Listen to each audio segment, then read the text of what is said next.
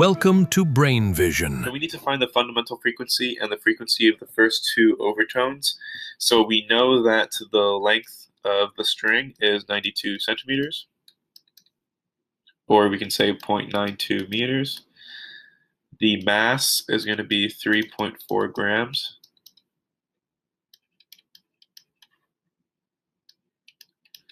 We can label that other, we can say L prime is going to be equal to 62 centimeters. So we can just add any sort of identifier in order to differentiate it from the length of the guitar string.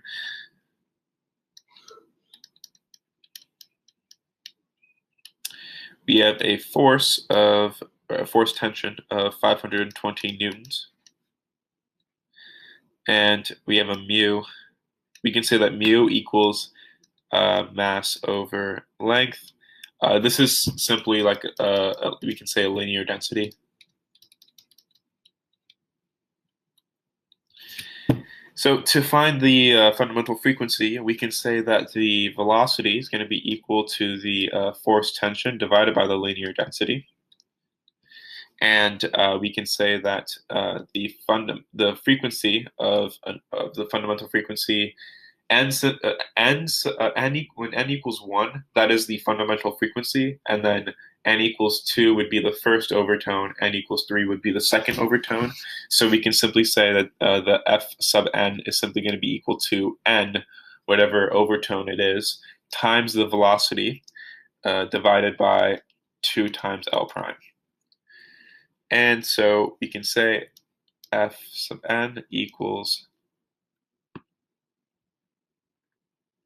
n over 2L prime times F sub t, the force tension, divided by the linear density. And we can further define f sub n equaling n over 2L prime times force tension times L, so the length of the string, divided by the mass of the string.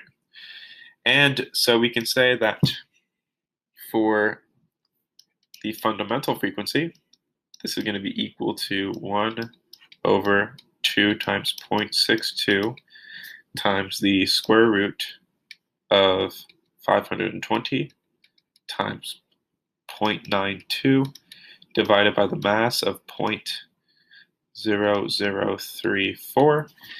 And this is going to equal 302.51 hertz. Once we found this, we can say